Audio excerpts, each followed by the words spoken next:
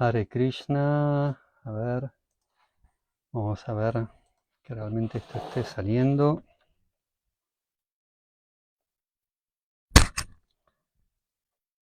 Clases de disco en Buenos Aires.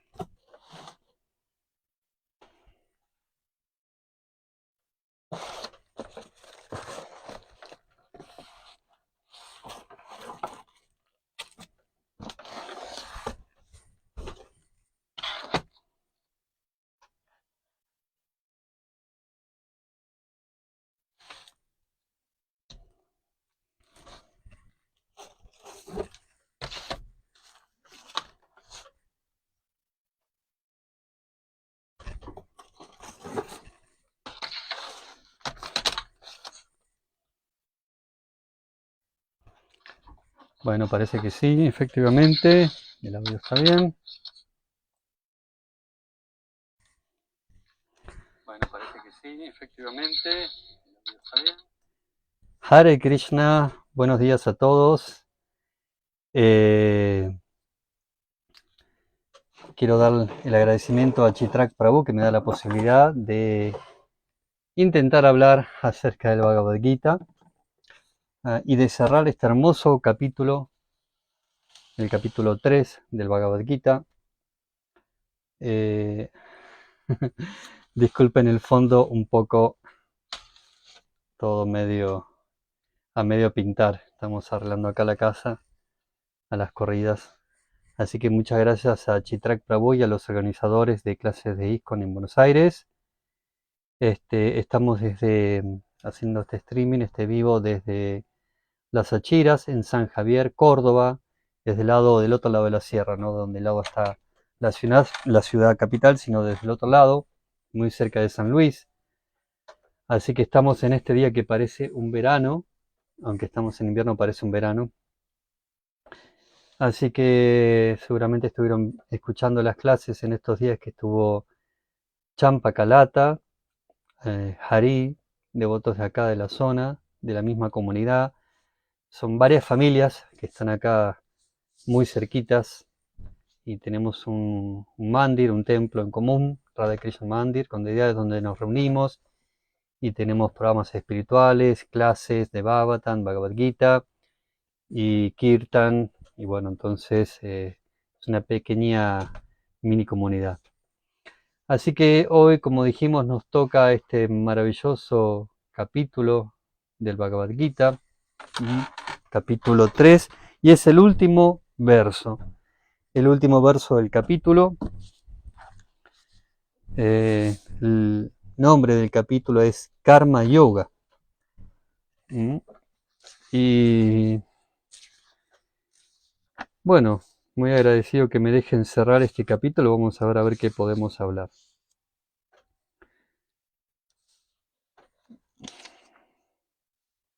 Bien, vamos a hacer esto que nos enseñó Srila Prabhupada de entrar en frecuencia a través del canto. Así que vamos a intentar ponernos en frecuencia del canto. Porque, por ejemplo, yo vengo ahora de la huerta, estamos haciendo un invernadero, estamos a 1000 con eso. Entonces a uno le cuesta comenzar a hablar de Krishna así en seco. Entonces es mejor remontarse a la práctica espiritual más importante para nosotros, que es el canto, pero no cualquier canto, sino el canto del santo nombre. Así que para eso vamos a dejarnos llevar por esta hermosa canción de Bhaktivinoda Thakur, Jai Radha Madhava. Jai Radha Madhava Kunja Vihari Jaya Gopi Janna Vallabha Girivarodhari Jaya Gopi Janna Vallabha Girivarodhari Yasoda Nandana Vrachachana Ranjana Yasoda Nandana Vrachachana Ranjana Jamuna Tira Vanachari Jamuna Tira Vanachari Hare Krishna Krishna Krishna Hare Hare Hare Rama Rama Rama Hare Hare Hari Bol Hari Bol Hari Bol Nitai Gaura Hari Bol. Bien. Bhagavad Gita, capítulo 3, Karma Yoga, verso 43. Om Namo Bhagavate Vasudevaya. Om Namo Bhagavate Vasudevaya. Om Namo Bhagavate Vasudevaya. El verso dice así: Evan Budhe Param Budva Samstabhyatmanan Atmana Jahi Shatrum Mahabaho Karma Rupandura Sadam. Traducción y significados por Srila Prabhupada. En consecuencia, sabiendo que uno es trascendental a los sentidos, la mente y la inteligencia materiales, oh Arjuna, el de los poderosos brazos, se debe estabilizar la mente mediante una inteligencia espiritual deliberada, el proceso de conciencia de Krishna, y así, mediante la fuerza espiritual, conquistar a ese insaciable enemigo conocido como la lujuria. El significado dice así: este tercer capítulo del Bhagavad Gita dirige de un modo concluyente hacia el estado de conciencia de Krishna mediante el hecho de uno conocerse como servidor eterno de la Suprema Personalidad de Dios, sin considerar que el vacío impersonal es el fin último.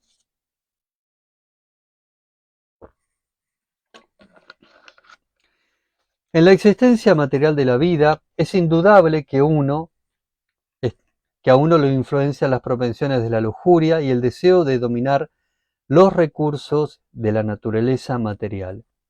El deseo de enseñorearse y de complacer los sentidos es el peor enemigo del alma condicionada. Pero mediante la fuerza del proceso de conciencia de Krishna, uno puede controlar los sentidos materiales, la mente y la inteligencia. Uno no debe abandonar repentinamente el trabajo y los deberes prescritos, pero por medio del desarrollo gradual de la conciencia de Krishna uno puede situarse en la posición trascendental, sin que lo influencien la mente y los sentidos materiales. En virtud de una inteligencia estable dirigida hacia la identidad pura de uno, esa es la esencia de este capítulo. En la etapa inmadura de la existencia material, las especulaciones filosóficas y los intentos artificiales de controlar los sentidos a través de la supuesta práctica yógica nunca pueden ayudar al hombre a dirigirse hacia la vida espiritual. Él debe ser adiestrado en el proceso de conciencia de Krishna por una inteligencia superior. Así terminan los significados de Bhaktivedanta correspondiente al capítulo 3 del Srimad Bhagavad Gita titulado Karma Yoga, o el desempeño del deber prescrito de uno con conciencia de Krishna. Bienvenido a todos, a los que están en vivo y a los que van a ver esto más luego.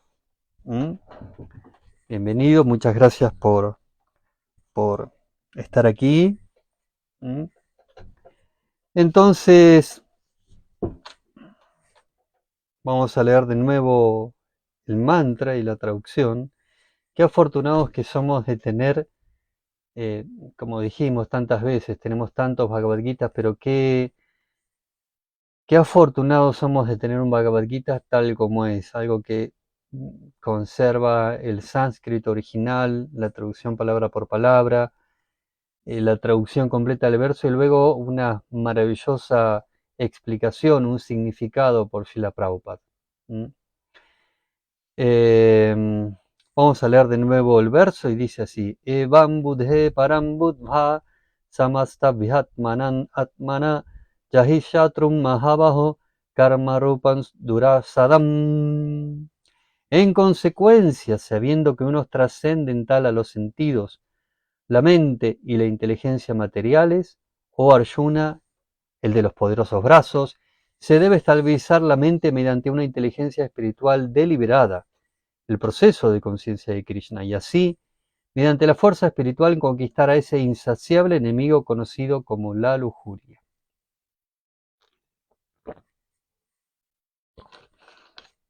La verdad que es maravilloso tener los significados. Imagínense cuántos cristianos quisieran tener la Biblia original, en el idioma exactamente original con que fue escrito. ¿M?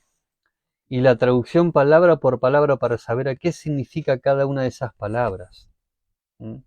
Y luego una explicación para una persona que esté autorrealizada, que esté completamente entregada a Dios y completamente embuido en la esencia espiritual y en la práctica espiritual. Sería una gloria para muchos.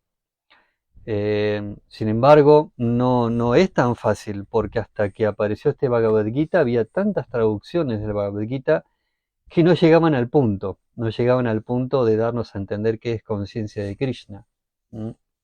Como hoy en día tenemos tantas Biblias, por ejemplo, muchos usan la traducción de la Reina Valera, por ejemplo, o otras traducciones, y hay cientos de traducciones de la Biblia, pero ni siquiera está la original. A ver, vamos a ver la original verso por verso. A ver, sería maravilloso, pero no lo hay, lamentablemente no hay. No, el cristiano común no tiene acceso a una Biblia original con una traducción palabra por palabra para poder comparar el idioma original, ya sea el arameo o el idioma original con que fue escrita la Biblia. Creo que aparentemente hubo algunos diferentes idiomas, no sé mucho, no soy erudito en la Biblia, pero en cuanto a los Bhagavad somos muy afortunados de tanto esmero que puso Srila Prabhupada en este Bhagavad Gita.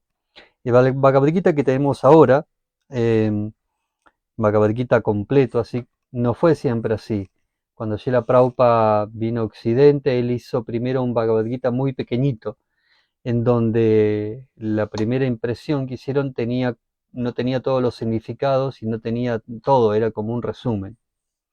Así que Srila Prabhupada estuvo muy, muy contento cuando finalmente la edición del Macmillan pudo ofrecer completamente todos los significados, con todas las traducciones palabra por palabra, con todo lujo de detalles. Fue realmente para Prabhupada un logro muy importante presentar a Occidente la primera versión del Bhagavad Gita completamente tal como es. Bellamente ilustrado, con ilustraciones hechas por devotos, bajo la guía de Srila Prabhupada. Entonces se presentó este hermoso Bhagavad Gita. Entonces, en este último capítulo en este último texto de este capítulo del Bhagavad Gita, se nos da a conocer acerca de la naturaleza de la persona. Como dice acá, la existencia material de la vida es indudablemente, nos influencia por naturaleza, por el hecho de estar acá, a tener lujuria. Pero lujuria no se refiere solamente como uno piensa, la persona lujuriosa es una persona que siempre está pensando en sexo, sino como más bien como la propensión a querer disfrutar y controlar de la naturaleza material, que es algo que tenemos todos, ¿no? Por ejemplo, ahora acabo de venir de la huerta, y si bien uno puede ampararse y decir, bueno, lo hago con conciencia de Krishna porque quiero hacer una huerta para el Señor, todo,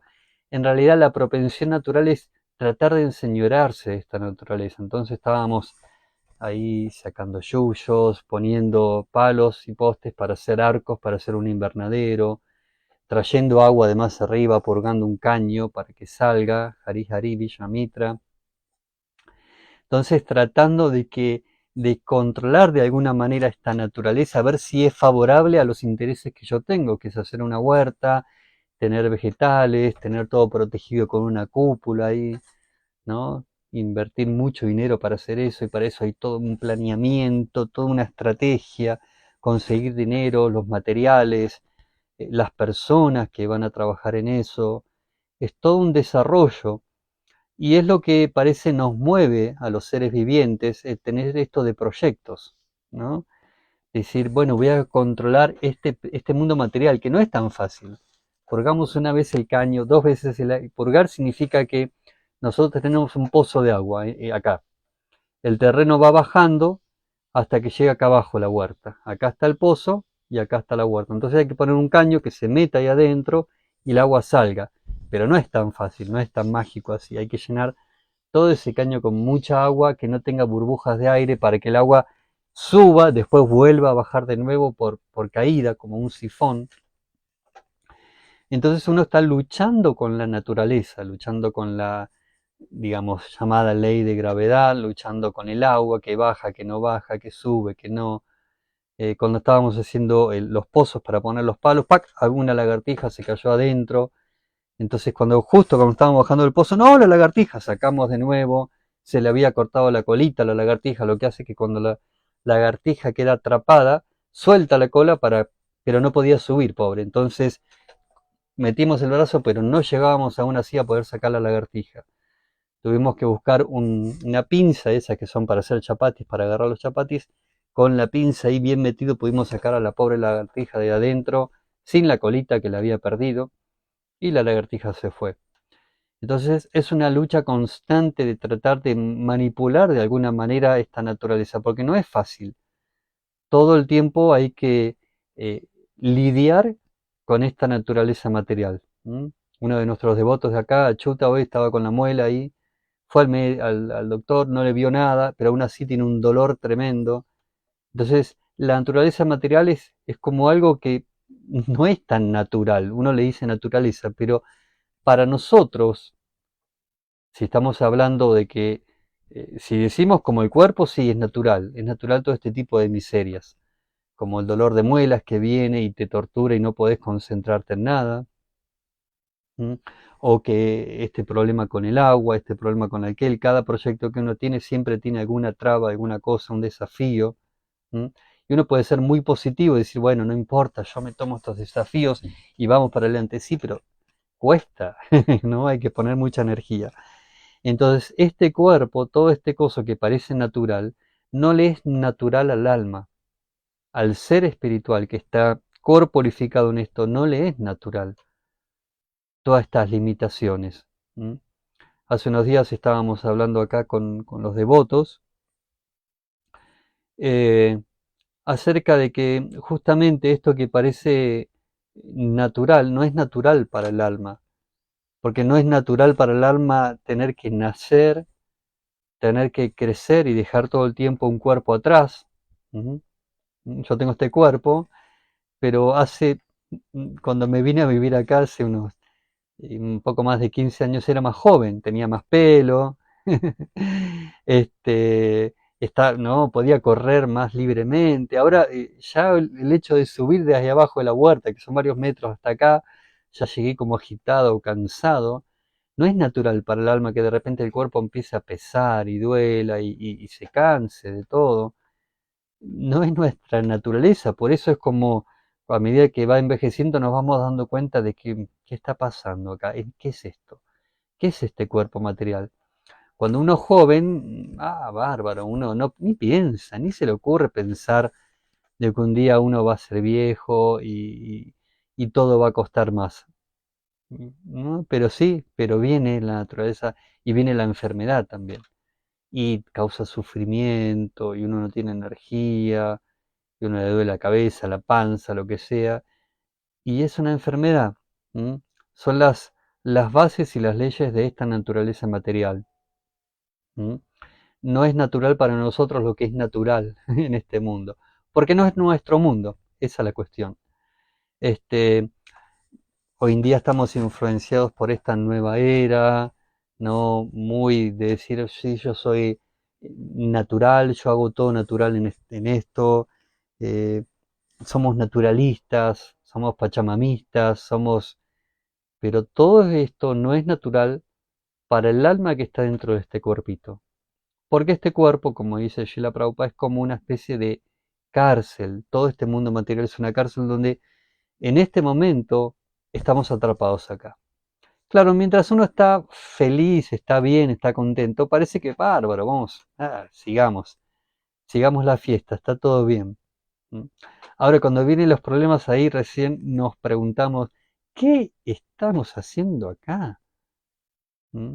Por eso es bueno que haya unos problemas. Uno de los chicos que trabaja conmigo, acá del campo, él ve a Dios en todo, no puede dejar de ver a Dios. Es como dice, ah, este árbol, qué maravilloso, cómo lo hizo Dios. Y agarra un bichito y dice, qué maravilloso, cómo Dios hizo esto para ponerle ahí adentro de ese mosquito, ponerle pancita, ojitos, pulmoncitos, cerebrito, todo ahí adentro tan chiquitito, ¿cómo metió todo eso ahí adentro? ¿No? Pero después se pregunta, bueno, todo tiene un razón, por ejemplo, está una víbora y la víbora está bueno porque se come el ratón, ¿no? Entonces si no hubiera un exceso de ratas. Por un lado hay un sapo que se come el exceso de mosquitos. Pero después dice, ¿y pero para qué está el mosquito? ¿En qué ayuda? Porque bueno, cuando viene un caballo, que a veces entran caballos acá al campo, dejan bosta, ¿no? El excremento del caballo o de las vacas que a veces vienen, dejan compost. Todo tiene un porqué, digamos, pero cuando busca, ¿cuál es el porqué de un mosquito? ¿Para qué está el mosquito? Bueno, quizás eh, si lo buscamos desde ese punto de vista no vamos a entender el por qué está ese mosquito. ¿Mm? Pero si lo vamos al punto de vista de que el propósito de ese mosquito es que nos demos cuenta de que este mundo no es el mejor para vivir. Porque cuando todo aparentemente está bien, ¿no? Por ejemplo, ahora estamos en una especie de invierno-verano. Qué lindo, está bárbaro. Pero esto también es una miseria, porque tan pronto está este calorcito que está fuera de lugar, los frutales que empezaron a florecer, cuando venga en 2, 3 semanas una helada, se va a perder la fruta y uno va a sufrir. Cuando sube la temperatura, ahora también empiezan a haber mosquitos. Pero si baja mucho la temperatura, hace un frío que uno tiene que prender acá la salamandra, estufas y calefactores, porque el frío no es natural para nosotros. Entonces, todo el tiempo hay que hacer muchos arreglos para, como dice acá, enseñorearse de la naturaleza material, para tratar de dominar esta naturaleza. Y dice, el deseo de enseñorearse y de complacer los sentidos es el peor enemigo del alma condicionada. Mm. Pero mediante el proceso de conciencia de Krishna puede controlar los sentidos materiales, la mente y la inteligencia. Controlar los sentidos materiales, la mente, ¿no? Esa pequeña radio o gran radio que tenemos transmitiendo a 24 horas al día, los 7 días de la semana, los 365 días del año. No para nunca de transmitir la mente. Y la inteligencia.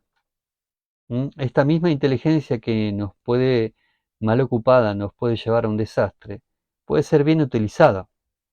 He escuchado una clase de Prabhupada la mañana de Bhavatan en Londres en 1973, del 2 de septiembre de 1973, en donde yo no sabía que existía ese dicho también en inglés, o no sé si era en hindi, si Prabhupada también lo conocía, pero dice, la mente desocupada es taller del diablo. ¿Mm? Claro, generalmente la mayoría de nosotros tenemos una ocupación, un trabajo, tenemos que trabajar para subsistir. Pero cuando eso no está, que estamos libres, que tenemos dinero suficiente, entonces, ¿en qué ocupamos la mente? ¿En qué ocupamos nuestros sentidos? ¿Mm? Entonces, Prabhupada decía, mente desocupada, taller del diablo, dice. Y por eso sucede, dice, que incluso en Occidente hay grandes universidades, grandes escuelas, pero se está produciendo hippies. En ese momento donde estaba Srila Prabhupada había mucho hippismo y se estaban produciendo hippies. Quizás hoy no hay hippies, pero hay gente que también eh, estudia la universidad, sale de ahí y muy pocos a veces trabajan de lo que se han recibido. ¿Mm? Entonces, eh, es natural para nosotros tratar, parece natural tratar de enseñorearse de la naturaleza material, y en ese proceso tenemos un montón de dificultades. ¿Mm? Si somos positivistas, podemos decir, bueno, no me importa, yo sigo siempre adelante, siempre lucho. Pero la palabra luchar ya nos dice algo, que estamos en guerra. ¿Con qué estamos en guerra si es una lucha? La lucha por la existencia. A veces uno saluda a la gente, ¿cómo está? Y acá luchándola. Y yo a veces, bueno, me pregunta, escúchame, ¿con quién estás luchando? Y la gente dice, eh, y se quedan pensando, ¿con quién luchas? Y si incluso algunos a veces responden ahí, lucho conmigo, sí. Escúchame, ¿y alguna vez vas a hacer las paces? Ahí se crea un silencio y cambian de tema ya. Porque sí, es una lucha por la existencia. ¿Mm? Entonces dice Prabhupada que dice que uno, mediante el proceso de conciencia de Krishna, dice puede controlar los sentidos materiales, ¿no? Como los sentidos que ya conocemos, entre los que se incluye la mente y la inteligencia. ¿Mm? Dice, uno debe abandonar repetidamente el trabajo y los deberes prescritos, pero dice, uno no debe abandonar repentinamente el trabajo y los deberes prescriptos, pero por medio del desarrollo gradual de conciencia de Krishna uno puede situarse en la posición trascendental. Entonces, ¿cómo entendemos eso? Por un lado nos está diciendo que sí, que no hace falta que abandonemos nada. Entonces, ¿cómo? Si por un lado me está diciendo que me estoy apegando por estar tratando de controlar esta naturaleza material, y por otro lado, no tengo que dejar de hacerlo. Entonces, ¿en qué quedamos? ¿Mm? Entonces dice Prabhupada, en el significado dice, uno puede situarse en una posición trascendental sin que lo influencie la mente y los sentidos materiales, en virtud de una inteligencia estable dirigida hacia la identidad pura de uno. Esa es la esencia de este capítulo, ¿no?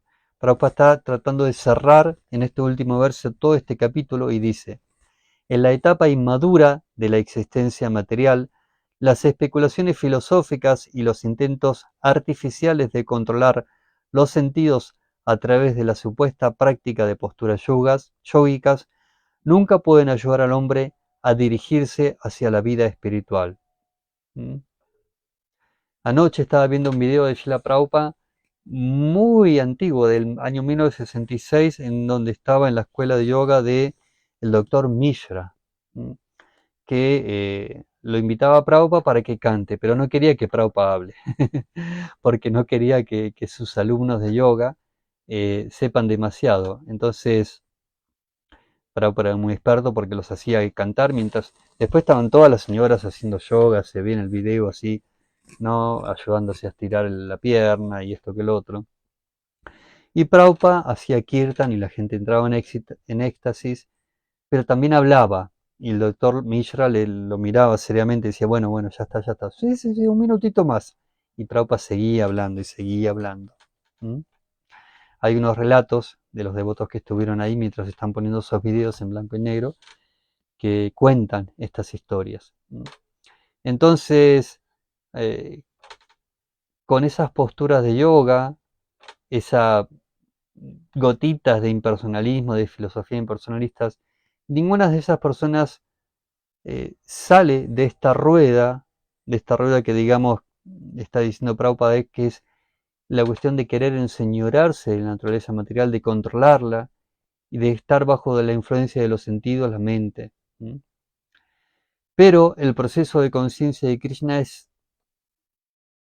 se realiza con los mismos elementos, digamos, que tenemos, como por ejemplo en este caso la garganta, la boca, que no es una garganta y una boca suelta, tiene que estar dentro de todo un cuerpo, que tiene que estar situado acá. ¿Mm? Hay que poner los sentidos, porque yo estoy viendo, usted está utilizando el habla, mi escucha. ¿Mm? Estoy utilizando la mente tiene que estar pensando y mirando estos textos, está leyendo, hay todo un proceso para hacer esto. Y la inteligencia tiene que estar guiando esto. Y una inteligencia superior tiene que estar manifestando la inspiración para hablar de esto. Entonces, esto es muy importante porque dentro de una existencia, digamos, a lo que nosotros llamamos material, ¿no? Como todas estas cosas, nosotros vemos este Bhagavad Gita en un sentido y lo vemos como, ¿no? Para la persona o los que estuvieron en la imprenta, este Bhagavad Gita es un libro material igual que cualquier otro, está hecho de hojas, de papel, tiene ilustraciones, tiene partes plásticas, como vemos acá, ¿no? Si pusiéramos con este mismo formato, podríamos escribir cualquier otra cosa. ¿Qué es lo que diferencia esta materia burda con lo que fue los materiales con que está hecho este Bhagavad Gita?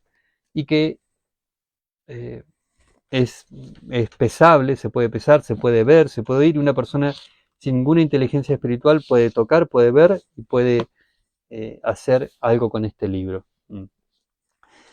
Pero el conocimiento que hay ahí adentro, que es Krishna mismo, hace que esa naturaleza material tenga una naturaleza espiritual.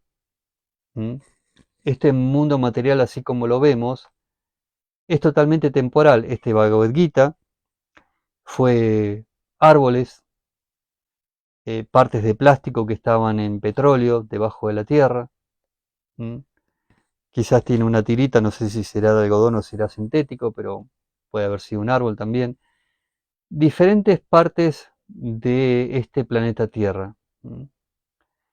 Y en un momento fue tierra, después fue árbol, ahora es un libro.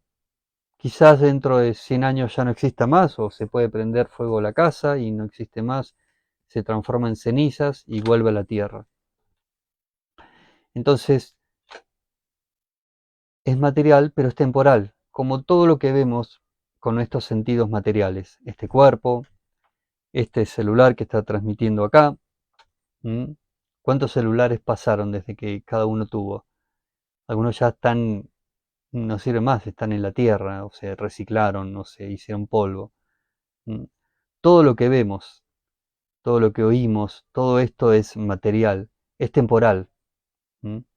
Entonces, por un lado, Srila Prabhupada nos dice que tiene una realidad el mundo material, pero por otro lado nos dice que no es real desde el punto de vista que es temporal.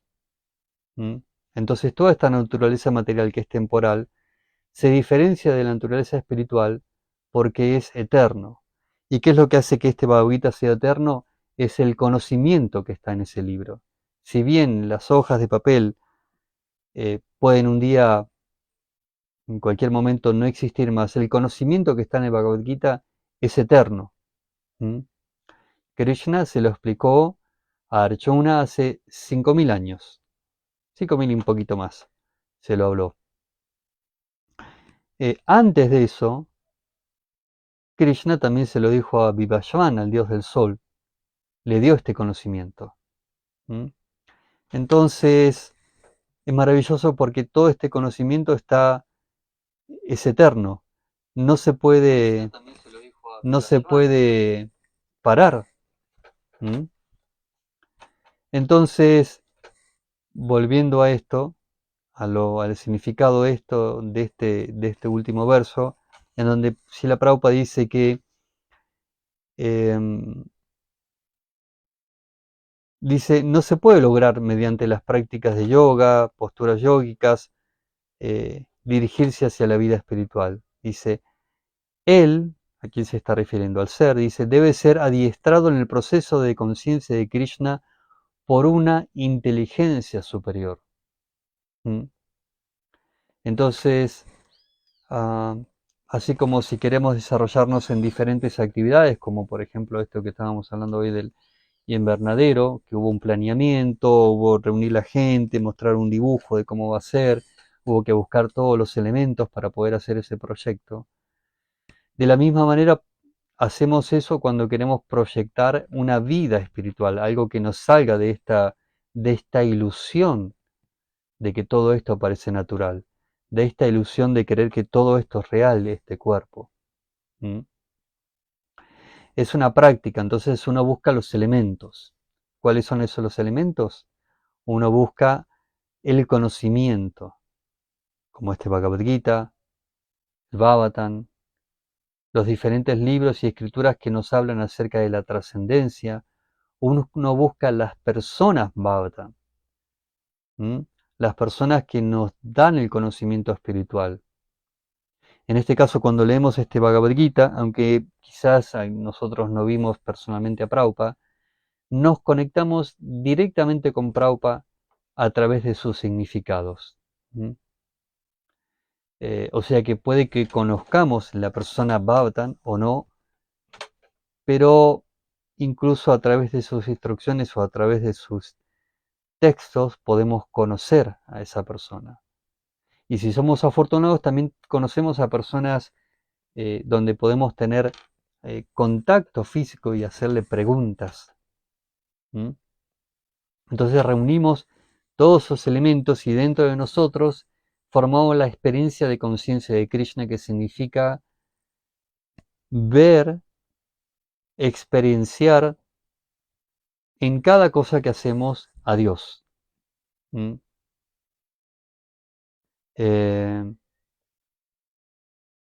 es un proceso que se puede dar en forma artificial eso. Quizá uno lo puede decir en forma sentimental. Sí, yo veo a Dios en todo. Yo veo a Dios en todo, yo estoy con Dios todo el tiempo, todo. Pero la vida nos va a dar una experiencia muy directa para saber si eso es real. Porque si la Prabhupada en esta misma clase decía hoy, uno puede autochequearse de cómo va yendo la vida espiritual, cómo va yendo el bhakti. Todo el propósito de este Bhagavad Gita es llevarnos hacia el bhakti. Va describiendo el jnana yoga, el karma yoga, pero todo es para poder ir llevándonos de a poco, de a poco, de a poco, hasta llegar hacia el bhakti yoga. Entonces, para llegar a ese bhakti yoga, Krishna nos tiene que hablar un montón de cosas primero. No va en el primer capítulo diciendo, la hace corta y dice, bueno, mira, esto Sarva Dharma Pariti allá, y ya empieza desde el comienzo ahí. No, nos va yendo gradualmente. Primero nos dice Dejinos Minyata Deje.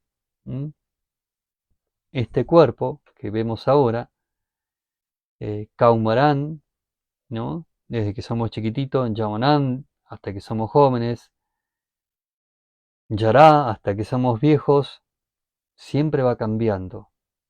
Completamente, cambia, no lo podemos evitar el cambio, el envejecimiento es, no importa que nos hagamos transfusiones de sangre continuamente como hacen personas famosas para poder ¿no? revitalizar su sangre, o que se sacan la sangre por un lado, la pasan por un aparato que la ozoniza y la vuelve a introducir al cuerpo ya con otro pH cambiada.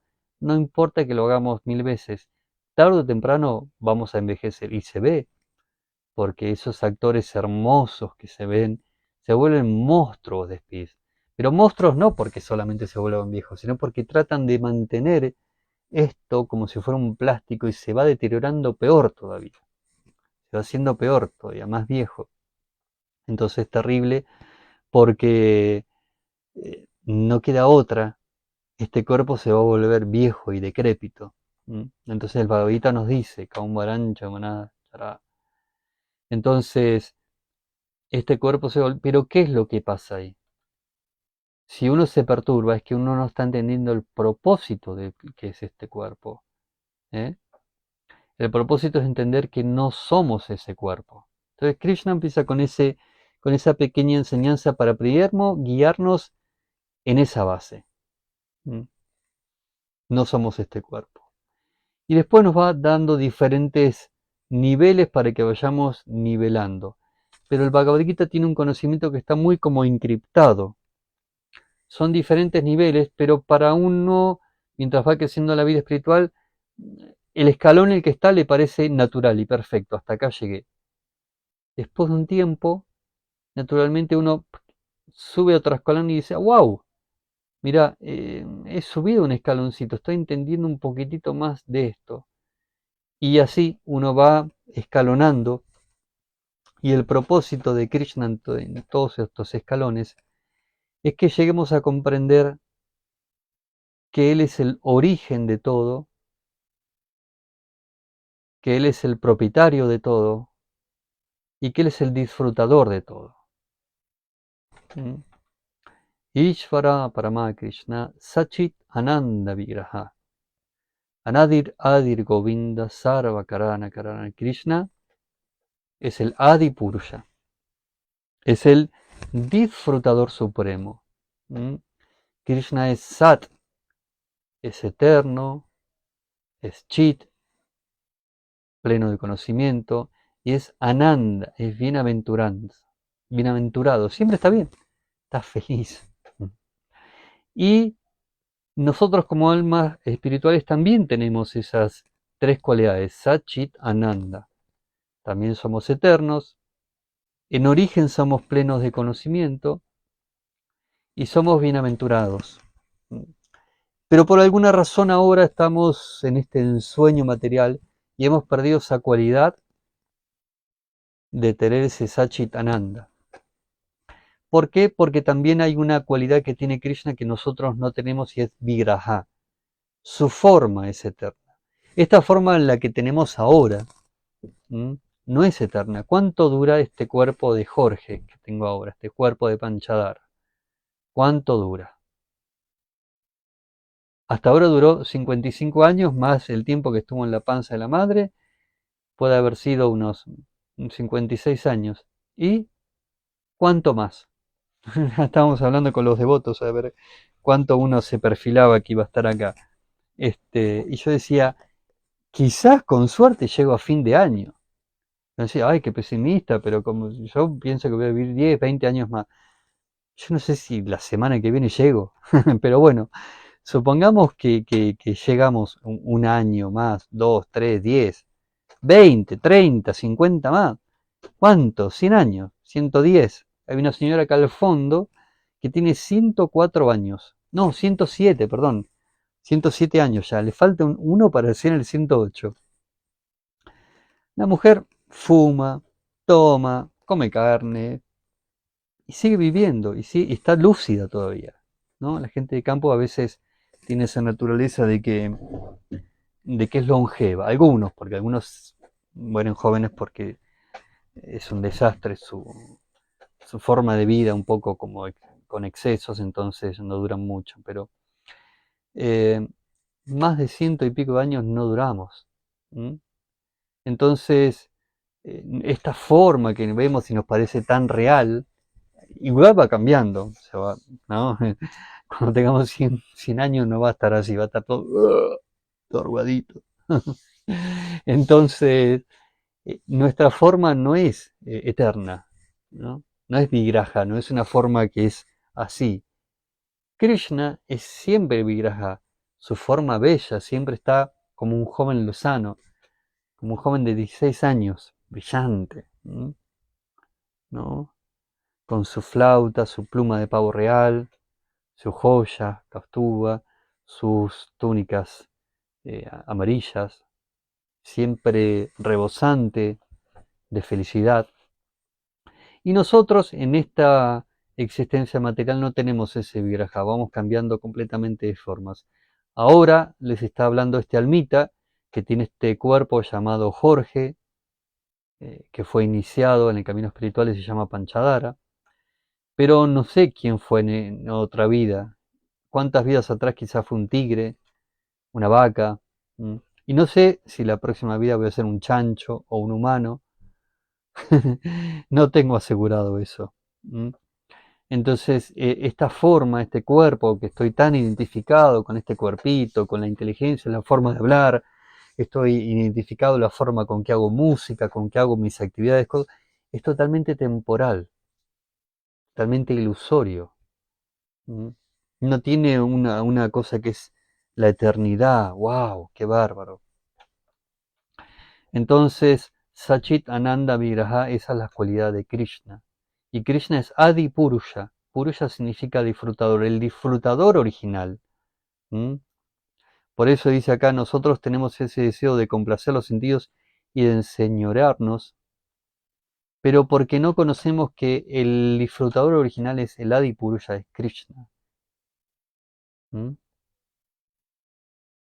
Govindam Adipurusham Tamaham Bhajami. Krishna es el disfrutador supremo. ¿Mm? Entonces, cuando entendemos, al menos con nuestra inteligencia, con nuestras emociones, entendemos cuando vemos la deidad, cuando, cuando realizamos el proceso de conciencia de Krishna, que el proceso comienza por el cantar, por el escuchar Shravanam, Kirtan, Smaranam. Entonces comenzamos a desarrollar esa capacidad espiritual para poder despertar los sentidos espirituales. Nuestros sentidos materiales solamente pueden ver lo que estamos viendo. Ahora veo a Luis Valentín, me dice Hare Krishna, produce reverencias. Bien, lo estoy viendo con los sentidos materiales. Pero como estamos utilizando nuestra mente, nuestros oídos, nuestros ojos, para hacer el proceso de conciencia de Krishna, entonces se van espiritualizando. Porque el objetivo es ese, es poder ver la deidad no solo donde está Krishna en el altar, ¿no? Como cuando vemos a Shri Gornitai o Shri Shri Radhakrishna, nosotros tenemos unas bellas deidades de Shri Shri Radhakrishna Chandra, muy bellas deidades. Kalindi las conoce, Vishma lo conoce, los que están ahí han visto esas bellas deidades de Shri Shri Radhakrishna Chandra. Pero uno de los objetivos de esa deidad es que uno después también, cuando salga del templo, también vea a Krishna en todo. ¿Ah? Cuando, como esa lagartija que se cayó hoy en el pozo cuando estábamos haciendo el invernadero, ¿qué hago? Dejo plantado, porque si uno no ve a un ser espiritual, bueno, plantamos ese palo ahí tirado con la lagartija adentro y ya está, que quede enterrada ahí ese pobre bicho.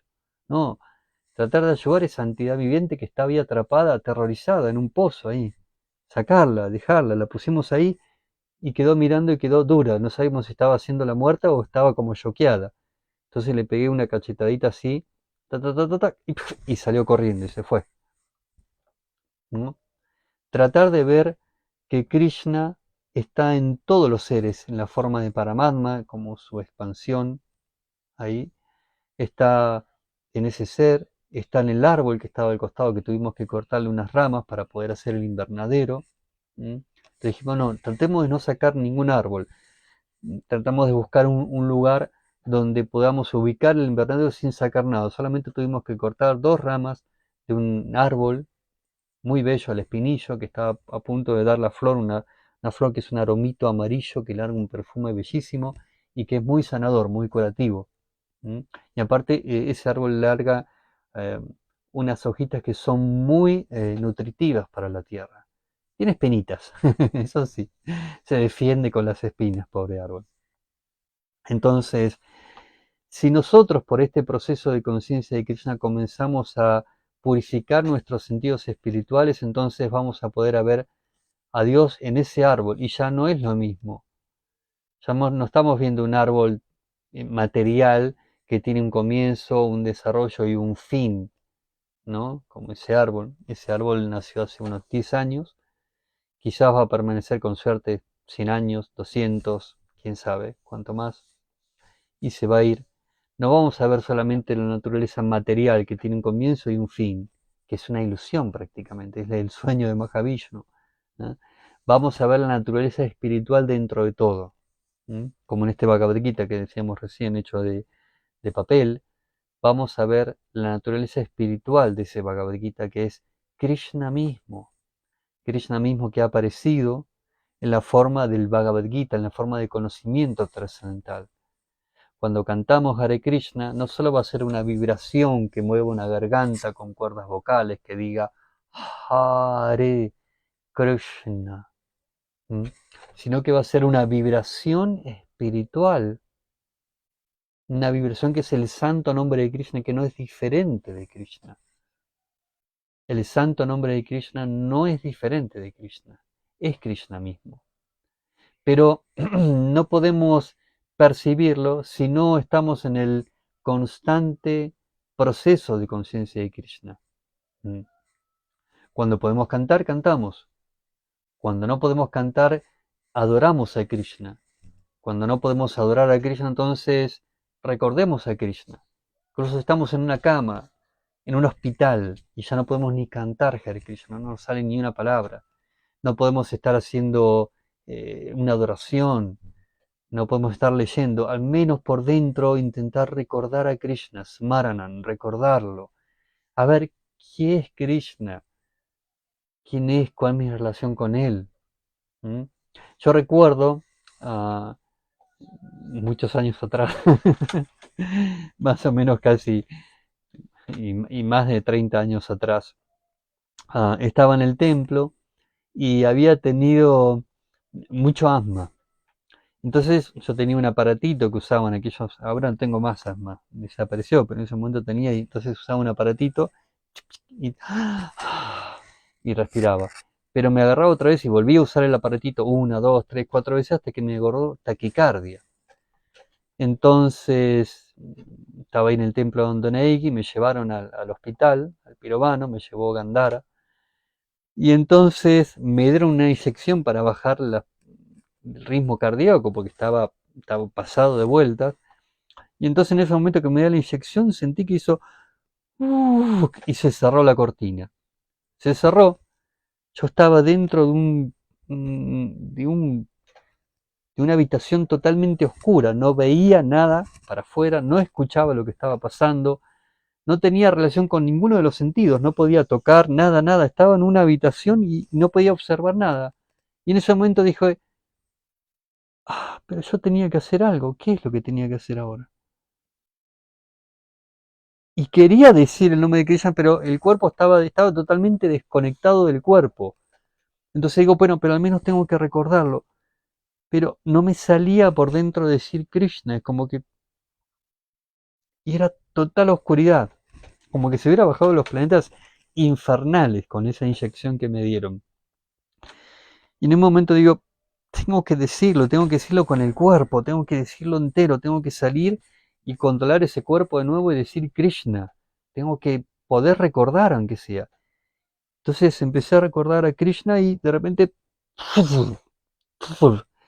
Y me cuenta, este devoto de Gandhara que estaba ahí, me decía que yo decía...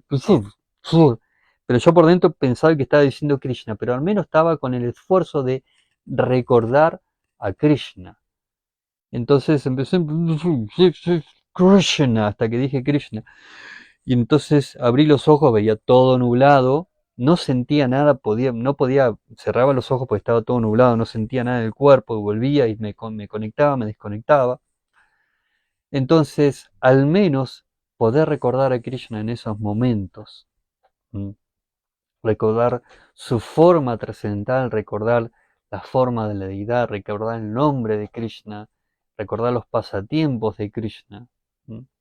Entonces, si estamos con esa conciencia, entonces trascendemos lo que se llama la lucha por la existencia, trascendemos la naturaleza material. Esta naturaleza material que estamos tratando de enseñorearse, como dijimos hoy, lo que se está basando este significado, es muy limitante. Es muy limitante porque todo el tiempo es constantemente tratar de manipular y controlar algo que se nos va de las manos. Este, todos, sin desearlo, y estamos envejeciendo constantemente. Entonces, si de alguna manera practicamos la conciencia de Krishna, vamos a trascender gradualmente, de acuerdo a nuestro esfuerzo, de acuerdo a la misericordia de Krishna, vamos a ir trascendiendo esta naturaleza material. Así que nosotros debemos estar muy agradecidos que tenemos a Srila Prabhupada que nos ha dedicado tanto de su vida a difundir este conocimiento. Si no, no estaríamos hablando acá. Ninguno de los que estamos con este Bhagavad Gita hubiéramos entendido algo quizás con algún otro Bhagavad Gita, que pueden ser muy místicos, muy lindos, todo, pero no hablan de Krishna. Sí, me acuerdo, Luis, del jarabe de que me preparabas en tu casa allá en Córdoba para el asma. Sí, sí, muy buen jarabe ese, lo recuerdo. ¿Mm? En ese tiempo tenía mucho asma, se ve acá, y quizás ahora el hecho de estar más en contacto con la naturaleza, de trabajar la tierra, de estar en un lugar que es un poquito más seco, ya el asma es casi cosa del pasado, a veces puede agarrarme un poquitito, pero yo ya no ando con el aparatito ahí como tenía antes. Y me acuerdo ese jarabe que me servía mucho. Muy bueno, gracias. Esas actitudes de servicio, de servir a una persona que está intentando hacer conciencia de Krishna, ¿no? Porque yo como cuando estuve en mi etapa de Brahmachari, era un intento de servir a Krishna y a veces la gente viene y te ayuda de alguna manera, así como Luis me hace recordar acá del jarabe que, que me preparaba para poder estar mejor, muy bueno. Yo no me acuerdo muy bien de qué era ese jarabe, pero sé que era rico aparte, era rico y me hacía muy bien. Entonces uno recibe de alguna manera un servicio de otras personas. Entonces la conciencia apropiada es entender que ese servicio está dado para Krishna, porque yo me estoy ocupando para Krishna, ¿m? De alguna manera. Entonces, debemos ser muy agradecidos con Srila Prabhupada y con todas las personas que nos han favorecido en la vida espiritual. Tantos devotos sinceros que han hecho tanto servicio, ¿m? Tantos, este Bhagavad Gita, por ejemplo, yo veía los manuscritos originales de Prabhupada que hay del Bhagavad Gita. Ese manuscrito estaba tipeado originalmente por Prabhupada, después lo hizo tipear por otro devoto, Ayagriva, y Ayagriva fue, de los manuscritos de Prabhupada, fue corrigiendo, lo fue tipeando, lo fue corrigiendo arriba el inglés, entonces se le mostraba a Prabhupada y mano a mano fueron corrigiendo un poco para darle un poco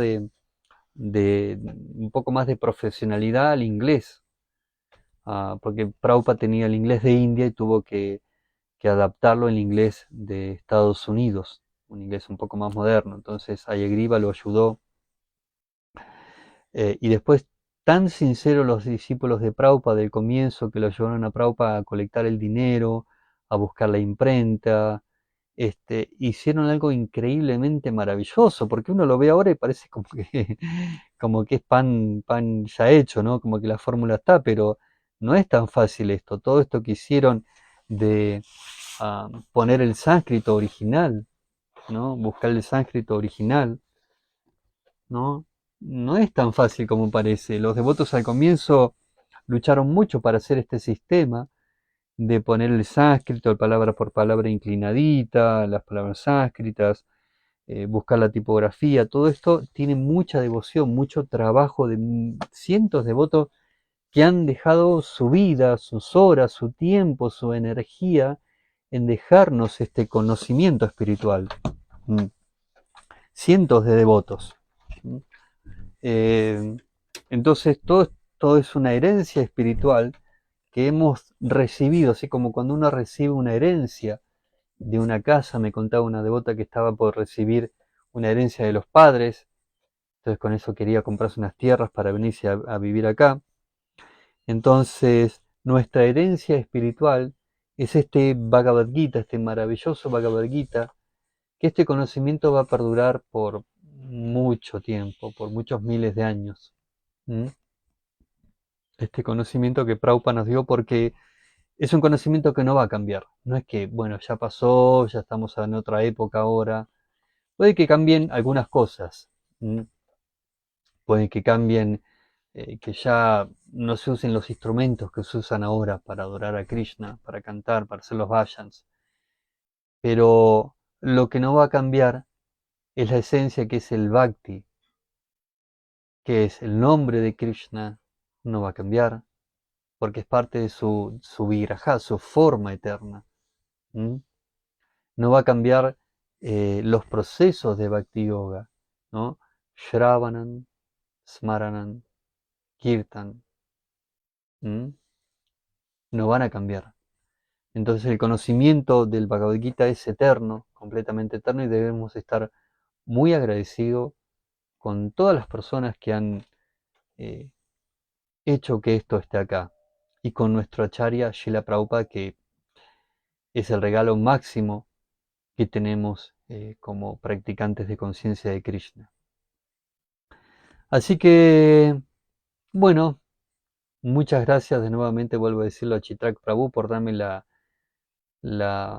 facilidad de organizar esto y darme la oportunidad de intentar hablar acerca del Bhagavad Gita y cerrar este capítulo del Bhagavad Gita, el capítulo 3. Pronto, supongo que mañana mismo ya van a hablar del conocimiento trascendental, el capítulo 4 del Bhagavad Gita, que empezaría mañana, supongo. Así que bueno, muchas gracias, muchas gracias. Srila Prabhupada Ki Jai. No sé si hay alguien todavía conectado, alguien que quiera hacer algún comentario más o quiera hacer alguna pregunta o comentario antes de que cerremos el streaming, el vivo. ¿Mm?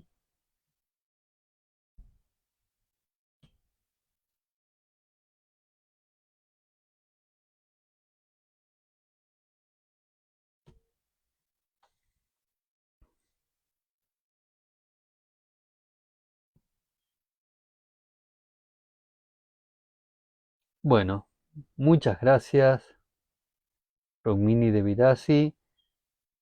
Muchas gracias por escuchar esta clase. Hare Krishna, Haribol.